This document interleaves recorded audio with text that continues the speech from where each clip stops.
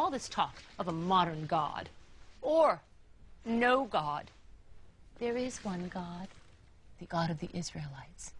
And he is a stern and vengeful God. And we have been mocking him far too long. And now he demands retribution in blood. It is time to declare yourselves. Take sides, the saved and the damned. Read the good book. It calls for expiation. Blood. What? Blood.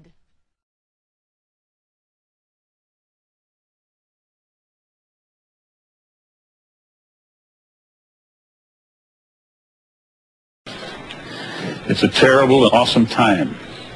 Many great things are to happen. Many more terrible are to come.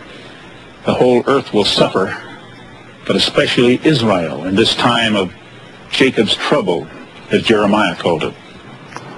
How could things possibly be worse? Well, Satan has been in heaven accusing the saints, but Christ has also been there, telling God that the sins of the saints have been washed away by his blood.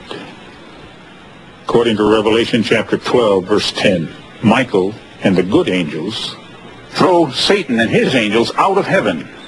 Satan then comes to earth to vent his wrath and cunning on mankind with new fury. He knows his time will be short. And you think Satan's here now? Yes. I believe he is beginning his final terrible effort to overthrow God. If so, Daniel says we will now see 3.5 years where the wrath of men mixed with the wrath of Satan is confronted by the terrible wrath and judgment of God. War will continue. Russia will invade Israel. Then a great leader will rise up and save Israel. He will appear to be slain. Then Satan will enter him and counterfeit his resurrection. This great leader will then pronounce himself world dictator, destroy the world church, and be proclaimed greater than God. He will seize the temple, set up his image, and begin the most devastating persecution in the history of Israel. Doesn't Satan understand prophecy?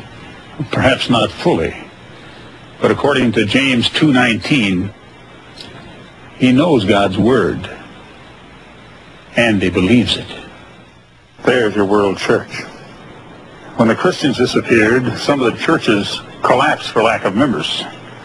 But for the rest, they just joined together in one big sin-infested humanistic body, the world church. In the Bible, Revelation calls her the great prostitute that commits adultery with the kings of the earth. Adultery? Were they worshiping God in that church where you were today? Hardly. Seemed more like they were selling investments in war materials. Exactly. Teaching people to traffic in war, in blood, in things of the flesh. That's your scarlet woman riding on the beast. Well, I see.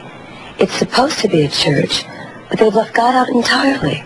Is the Antichrist in there somewhere? Eventually, yes. But first will be the end of the scarlet woman and her illicit relations with kings and merchants. When Satan's day has come, he will enter into this great trusted world leader, causing him to appear to arise from the dead. Then the Jews who mourn his death will proclaim him the Messiah. Satan will then become jealous of the world church and destroy her through this resurrected leader, the Antichrist. Then he'll take all her wealth.